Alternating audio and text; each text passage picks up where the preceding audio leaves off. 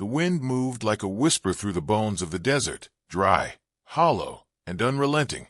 A blood-orange sun sagged against the canyon walls, casting long, jagged shadows over the scrub and stone. Nothing stirred but the circling vultures above, their wide wings catching the last light, as if mourning something not yet dead. The land was dust-choked and cruel, a place where forgotten things were left to rot, and the silence spoke louder than gunfire. From the east came the sound of hooves, ragged and hard, carrying 6 riders coated in sweat and sin. They tore through the narrow pass into Devil's Hollow, dust trailing them like smoke from hell's own furnace. The lead rider, a thick-skulled man with a gray-streaked beard and a dead look in his eyes, was known as Maddox. Folks said he once scalped a bounty hunter just to hear what it sounded like. He didn't blink when he shot men. He smiled. Behind him rode the rest of the pack, men with names like Grease-Eye, Buckskin Tom, Rat, and Harlan. All of them wore the look of wolves who'd tasted too much blood and liked it. Behind them, tied by a length of iron chain, bounced a girl slumped over a mule. She was no older than 20, her clothes torn and her wrists rubbed raw from shackles. Dust painted her skin, and a trickle of dried blood framed the corner of her mouth. She hadn't made a sound since they'd taken her. The cabin lay at the edge of a grove of dead trees, far from any law or witness. Built decades ago by trappers who hadn't lived long enough to regret it, the place now sagged like an old drunk under the weight of years. Maddox dismounted and spat into the dust. "Get her inside," he grunted. Harlan yanked the chain, and the girl stumbled forward, catching herself with her knees. She stood slowly, shoulders back, eyes steady. That's when Grease-Eye noticed something that made the hair on his arms rise.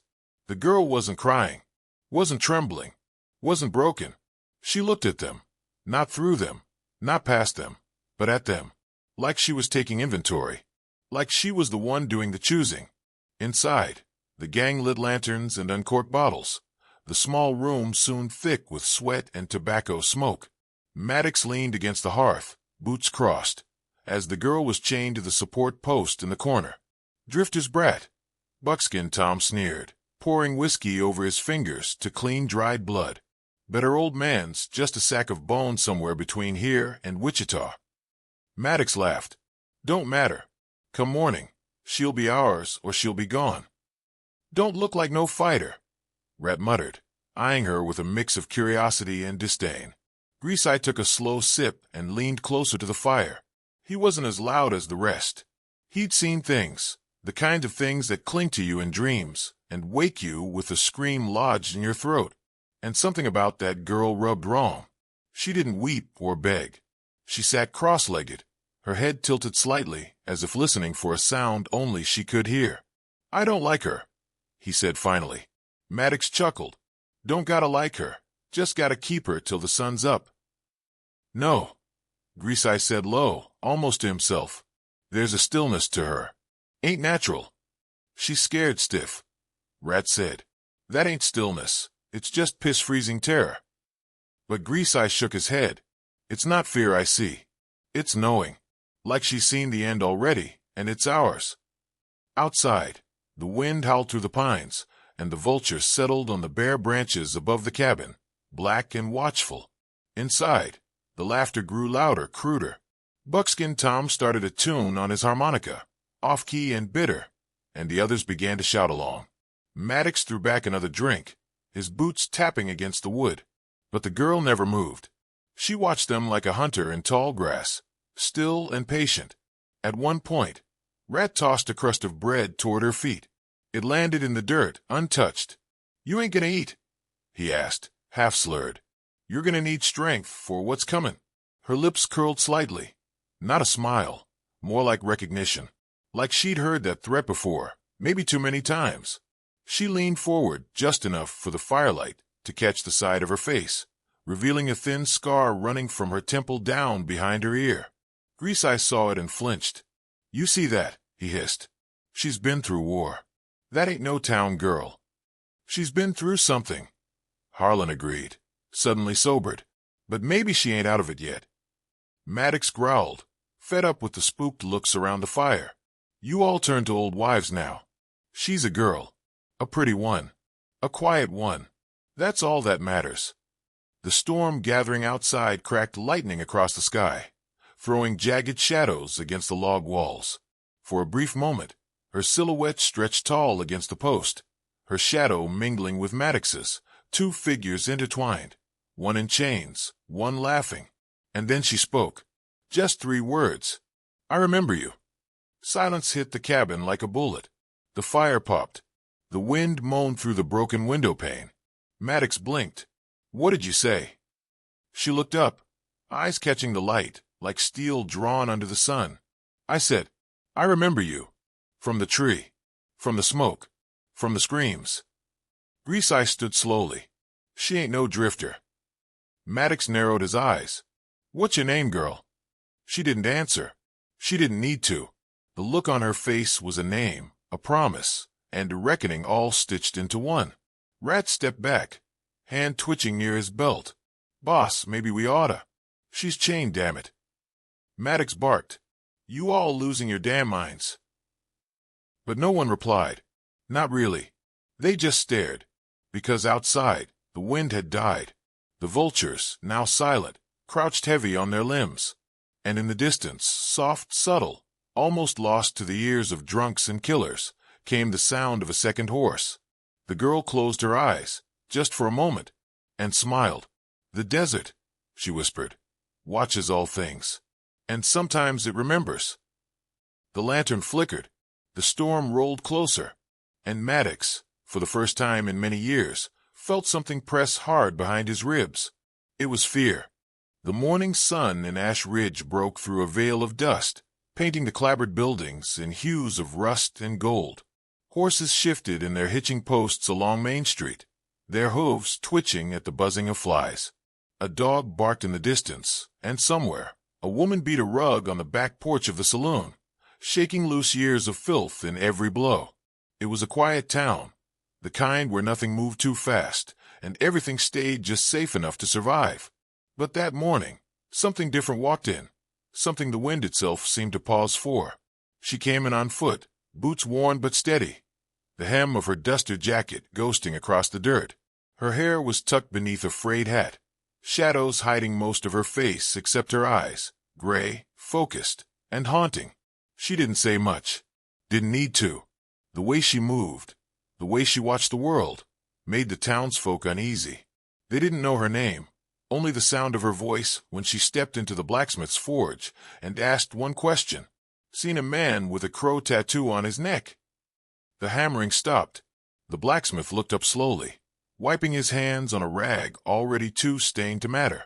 His eyes narrowed, his lips tightening into a thin line. Why you a skin? She didn't blink. Because I'm going to kill him. Silence swallowed the room. Then the blacksmith glanced out the doorway, to make sure no one else was listening. His voice dropped low. Best not ask questions like that around here. Not if you aim to keep your skin. Men, you're talking about rides with the hounds. Maddox is his name. And if you're wise, miss, you'll keep walking, till your boots wear clean through. She didn't argue. Just turned and stepped out into the street, where folks had already begun to pretend they hadn't seen her. Shopkeepers turned their signs to closed. Mothers drew their children inside. The saloon doors swayed with the ghost of conversation gone silent. Ash Ridge didn't like trouble, and the hounds were nothing but trouble. That afternoon, a boy no older than 8 came screaming into the street. A rattlesnake curled and ready to strike near the general store. A crowd gathered, but no one moved. The boy stood frozen, wide-eyed, inches from death. Then the knife flashed.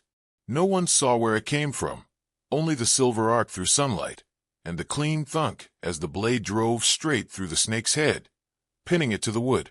The boy cried out, then fell back into his mother's arms, sobbing. The woman in the duster walked up, pulled the knife loose, and wiped it on her pant leg. You all right, son? She asked quietly. He nodded through tears. She holstered the blade, nodded once to his mother, and turned away. Later, whispers flew like startled birds. She's fast, they said. Too fast. That ain't natural. She's marked. And then, as night fell over the plains and the lanterns began to flicker in the windows of Ash Ridge, The shadows moved again. They came for her, just beyond the edge of town, for riders splitting from the tree-line like wolves from the dark. They cornered her near the dry creek bed, circling, laughing. She didn't run, didn't speak, just stood there, hands still at her sides, eyes tracing each of them like she'd already memorized how they'd fall. Maddox rode up last, tall in the saddle, his coat open to show the pistol at his hip and the crow tattoo glaring from his throat like a warning. He had a smile that made women cross the street and men sleep with a rifle close. "Well now," he drawled, voice dripping with cruelty, "you're a long way from anywhere smart." Ruthie didn't flinch. "You been asking about me," he said. "That true?" Her voice came soft, calm, and sharp as a razor. "Just wondering how deep I'd have to dig to bury you." The men laughed. Maddox didn't. She went down swinging, her boot cracking Grease-Eye in the kneecap before a rifle, but caught her across the temple.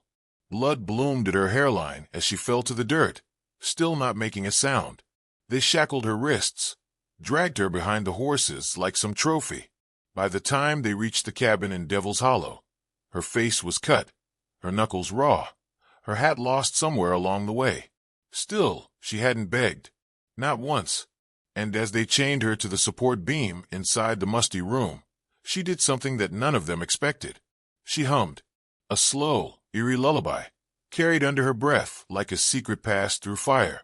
The sound threaded through the air, soft and haunting, almost beautiful, if not for the way it made the hair on your neck stand up. The gang drank hard, shoving each other and shouting filth, but they kept glancing back at her like she was some relic from a bad dream. Even Buckskin Tom, drunk and leering, didn't get closer than 5 feet. She kept humming. Maddox tried to drown it with noise, stomping through the cabin, cursing, throwing logs on the fire like he could smother her voice with heat. But it didn't stop. The tune wrapped around the walls, soaked into the beams, seeped into their bones. Grease-Eye muttered under his breath, too quiet for the others to hear. What kind of girl don't beg? She didn't need to beg. Not Ruthie. Not the sheriff's daughter. Not the girl who'd watched the hounds hang her father from a cottonwood tree 6 years ago while she hid under a wagon, hand over her mouth, to keep from screaming. She'd spent the years since hunting names, learning voices, practicing with knives in the dark, following blood trails and whispers and scars. Tonight she'd been caught, but not broken. The fire crackled. The men got louder. And Ruthie closed her eyes and kept humming, because she knew something none of them did. Morning was coming, and death was already riding in. Thunder crawled across the canyon like a wounded beast, low and rumbling, shaking the earth beneath Devil's Hollow. A single flash of lightning tore the sky in half, laying bare the twisted silhouettes of the dead pines surrounding the cabin. The storm had crept in slow, like all dangerous things, and now it waited overhead, patient and pulsing, its full fury still sheathed behind the clouds. Inside, the cabin groaned with old wood and new tension. The fire hissed as raindrops found their way through cracks in the roof. The gang sat in a rough circle, their laughter sharp and metallic, but thinner now, like it was trying too hard. Bottles clinked, cards slapped against the table, but every now and then, someone's eyes flicked toward the corner where Ruthie sat chained. She was awake again, blood crusted along her hairline from where Maddox had hit her earlier. Her breath came slow. Her gaze hadn't changed. She didn't speak. She didn't need to. Tanner, the youngest of the crew and the drunkest that night, stood up on wobbly legs. He swayed toward her like a man dancing with death, and too foolish to know it. His grin was wide, but his eyes flickered with something else, uncertainty. He stumbled forward, boots dragging across the plank floor. "I think I'll have a little fun," he slurred, licking his teeth. "She's just sitting there. Might as well give us a show." Grease-Eye shifted uncomfortably, but said nothing. Maddox, half asleep by the fire, cracked one eye open and grunted, "Don't break her." Tanner crouched in front of her, face too close, breath hot with whiskey and rot. "Ain't got nothing to say, sweetheart," he whispered. Ruthie moved then, fast and exact. With her wrist still bound, she jerked her hands upward, catching the loose length of chain between them. One swing, a silver blur in the firelight, and the iron links crashed into Tanner's face. Bone crunched. Blood spurted. He screamed, staggering back, clutching a nose now shattered across his cheek. The room exploded. Maddox roared to his feet, eyes blazing, boots pounding the floor as he crossed the room in 2 strides. He backhanded Ruthie with a fist heavy from years of cruelty, and her head snapped to the side. She hit the post behind her and slumped, dazed but not broken. "You little bitch!" he spat, raising his fist again. Greaseye caught his arm. "Boss, she's chained." Maddox yanked his arm free and kicked Ruthie in the ribs. Her body crumpled to the floor, unmoving. The room went still. Even the fire seemed to hold its breath. "She's gonna learn," Maddox hissed, panting. "Come sunrise, she'll beg." But no one cheered. No one laughed. Even Rat, usually the first to crack a joke, just stared at the girl lying still on the floor. Something about the way she'd moved. Something about the look she'd given Tanner before he went down. It hadn't been desperation. It had been precision. Outside, the storm found its voice. Rain slashed the windows like claws on glass.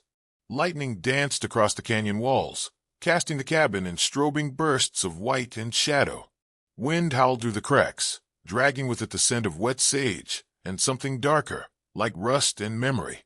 And far above, on a high ridge overlooking the hollow, a figure on horseback watched it all unfold. The old cowboy sat still in the saddle, cloak soaked, wide-brimmed hat shielding his face. He raised a spyglass and peered down into the light of the cabin. The faint shapes of the men moved like ghosts behind the window pane. He focused until he saw her, slumped, bloodied, chained. He nodded once.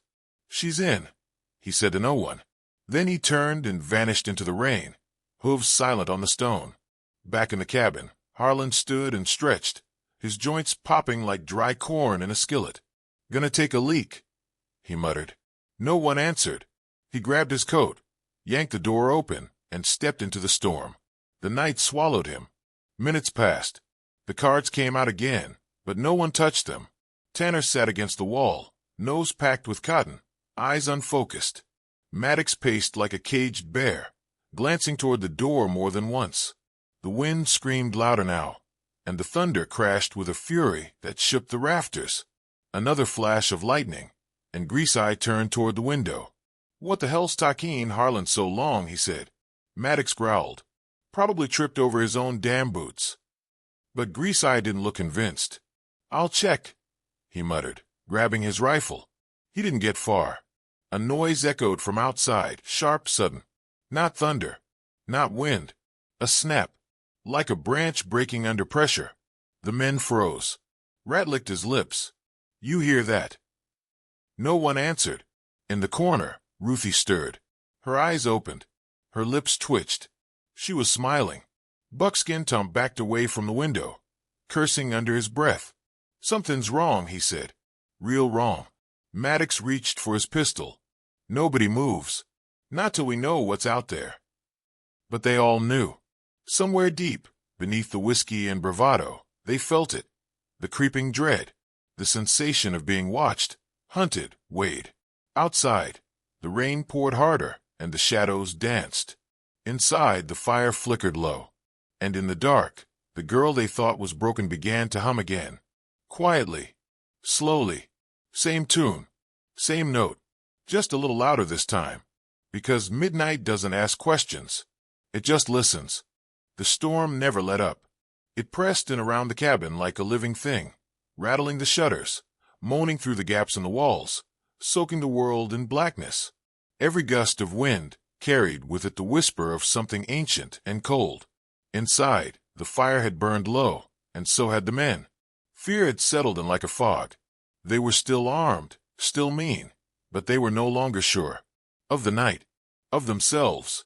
Of the girl. She was gone. 1 minute, she'd been chained in the corner, bloodied and breathing, humming that damned tune that clung to the rafters. The next, just silence. No rattle of chains. No final scream. Just an empty space, and a neat coil of iron resting where she had been. Red had found it. He didn't scream, just stepped backward slowly, like if he moved gently enough, maybe the night wouldn't see him. Maddox bellowed like a wounded bull. He smashed a chair against the wall, slammed his fist into the table, barked orders into the smoke-filled dark. But nobody moved. Not right away. Not with the wind howling like that. Not with the fire casting shadows that didn't seem to match the shapes in the room. Greaseye stood by the window, jaw tight.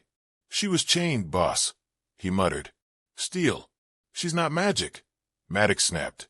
But the words didn't hold. Not anymore. Because an hour before, they'd been 6. And now there were 4. Harlan never came back. Neither did Buckskin Tom, who had gone out looking for him. They'd waited, rifles loaded, fingers tight on triggers. Only the rain answered. Only the wind and the sharp, bitter scent of gun oil and dread. And now the girl was gone, too. "She's got help," Maddox hissed. "Someone's out there." They all knew it was true. Greaseye had seen the tracks earlier, barely visible in the mud. Hoof prints that didn't belong to any of theirs. Wide, deep prints, heavy horse. Silent rider. They didn't know his name. Not yet. Far off, beyond the cabin, a gunshot cracked the night. Then another. Then silence again. The kind that made your ears ring. Rat bolted for the back door. He didn't get far. Something yanked him backward into the dark. His scream strangled before it fully formed. The door swung wide on its hinges, rain slashing sideways into the room. A pool of blood shimmered in the lantern light, then vanished as the wind blew the lamp out. Maddox swore, fumbling for another match. His hands shook. Greaseye just stood still, breath shallow. "She's picking us off," he said, voice hoarse. From somewhere outside, Ruthie's voice floated in, quiet, steady. "You remember my father?" Maddox froze. "You left him hanging in the sun for 2 days," she continued. "Said it was a lesson. Said I should watch." Greaseye swallowed hard. "Sheriff's girl," he whispered. "That's who she is." The memory came back sharp. 6 years ago. A dusty little town, just like 100 others. A man in a badge, trying to stand tall against the hounds. Maddox had laughed as he tightened the rope. The man had spit in his face. And the girl had screamed. They never found her afterward. Thought maybe she drowned in the river. Thought maybe she'd starved in the hills. But they never imagined this. The wind surged again, pushing the door open wider. Another flash of lightning. And standing just at the edge of it, for the briefest moment, was a figure in a long coat and wide-brimmed hat. Silver hair, a rifle across his back.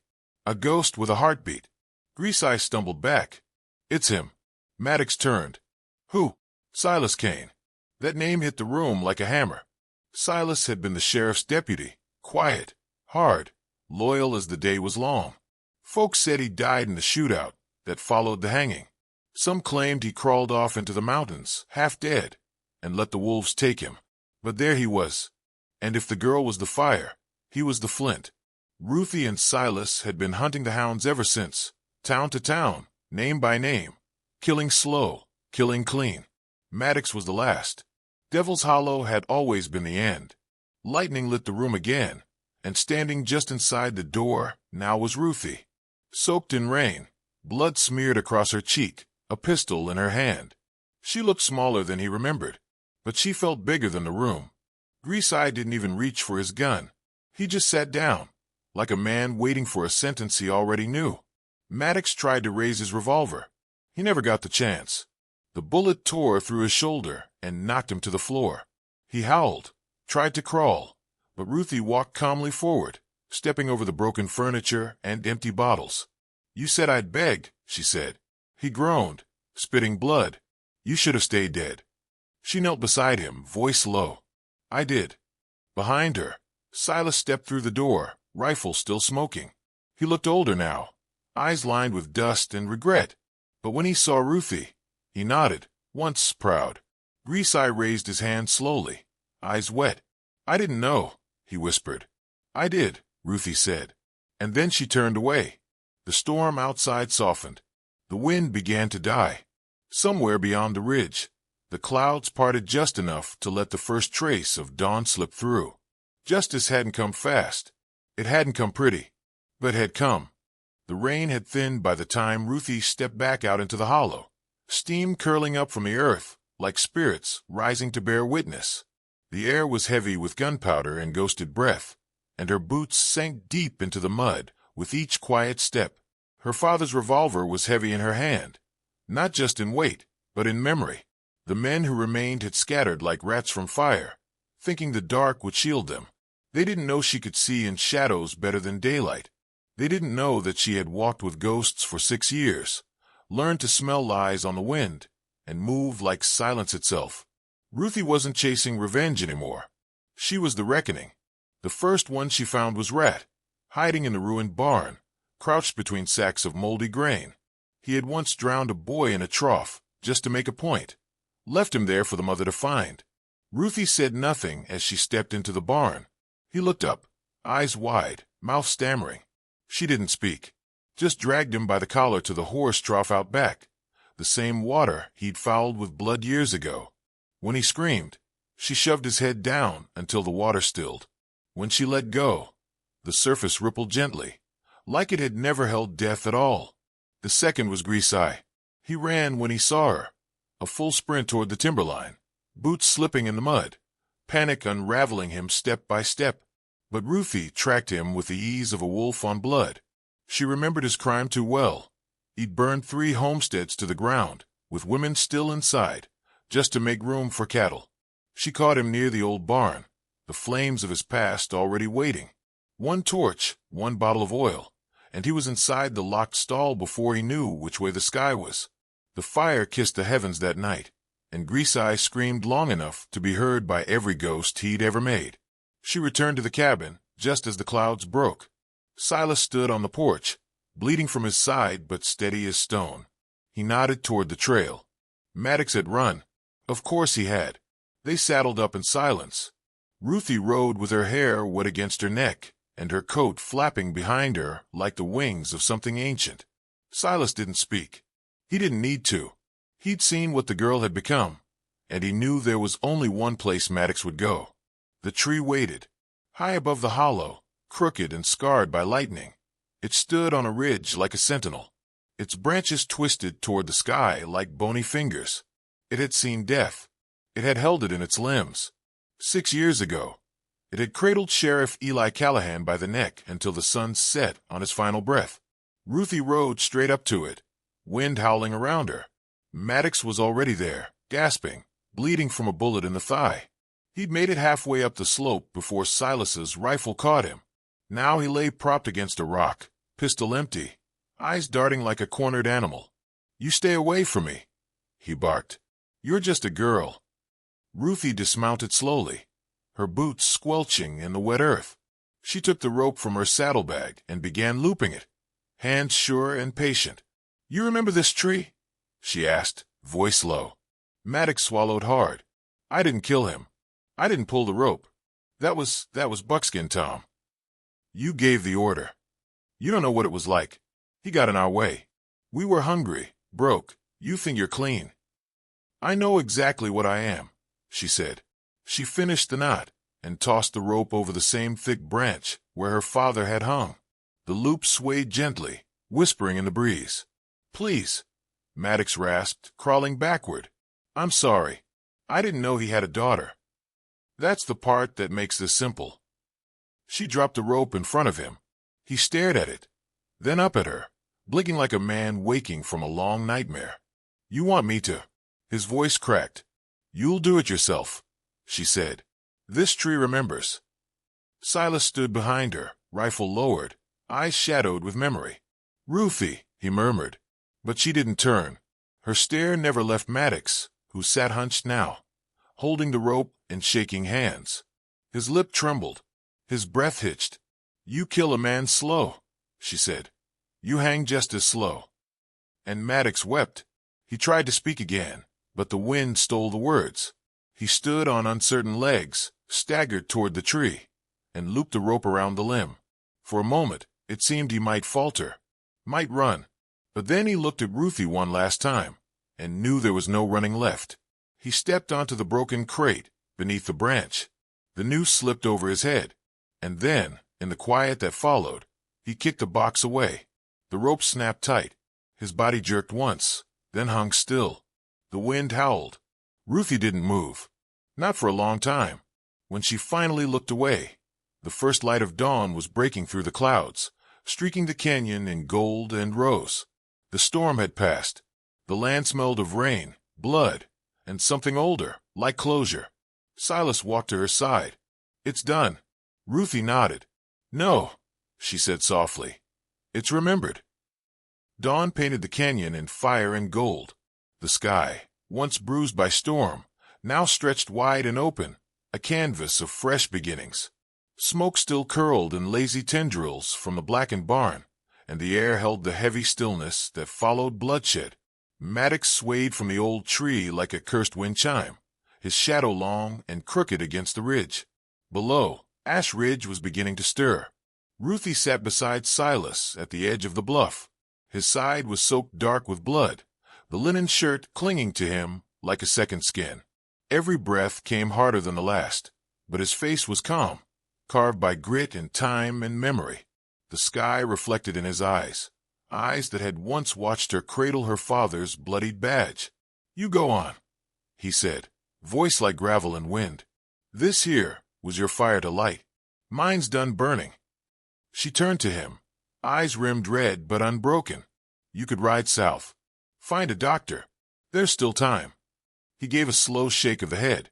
"Ain't no doctor for what's been done to me. Not to this body, or what I saw hanging from that tree." The silence between them was thick with everything unspoken. Ruthie looked back toward the town below, roofs glinting in the rising sun, unaware of the justice that had unfolded above them like scripture in lead and fire. "They'll want to know," she murmured. "Let 'em wonder," Silas rasped. "Let 'em whisper it under their breath in every saloon and church bench from here to Tucson. Folks don't need to know the whole story, just that someone stood up." He reached into his coat with a shaking hand and pulled out the worn badge that once gleamed on her father's chest. Its edges were dulled, but it still caught the morning light with stubborn pride. He placed it in her palm and closed her fingers over it. "Wasn't the badge that made him a good man," Silas said, "but it reminded him every day to be one." Her fingers closed tighter around the metal, hot from Silas's skin. A breeze tugged at her coat. Somewhere, a hawk cried in the canyon. "You sure you'll be all right?" she asked, her voice quiet. Silas gave the ghost of a smile. "Reckon I'll sit here a spell, watch the sun come up over the place we cleaned. That's a fine way to end." They didn't say goodbye. Didn't need to. She stood, adjusted her dust cloak, and turned toward the trail. Her steps were light but certain, the echo of her father's boots in every footfall. She saddled her horse, an old, paint mare with one blind eye, and looked back once, just once, to where Silas sat watching the light crawl across the valley. Then she rode. By the time Ash Ridge came fully awake, the town had already changed. The smith's boy was the first to see the body on the ridge, hanging, swaying gently in the new day. His shout brought others, and soon a crowd gathered, silent, tight-lipped, staring up at the figure that once terrorized them. Maddox. Dead. No rider in sight. No explanation but the bodies in the barn, the blood in the mud, the legend it all left behind. Some claimed angels had done it. Others whispered it was the sheriff's ghost. But a few remembered a girl with fire behind her eyes, and the walk of someone who'd been to hell and shook hands with it. The smith nodded slowly, almost to himself. He remembered her asking about the crow-tattooed man. He remembered the knife through the rattler. He didn't speak, just tightened the grip on his hammer and got back to work. The legend traveled faster than dust. Up the river towns, down the old cattle trails, across poker tables and stage stops. They spoke of a girl in a tattered cloak, a scar over her eye, riding alone under the weight of justice. She didn't wear a star, but her silence was law enough.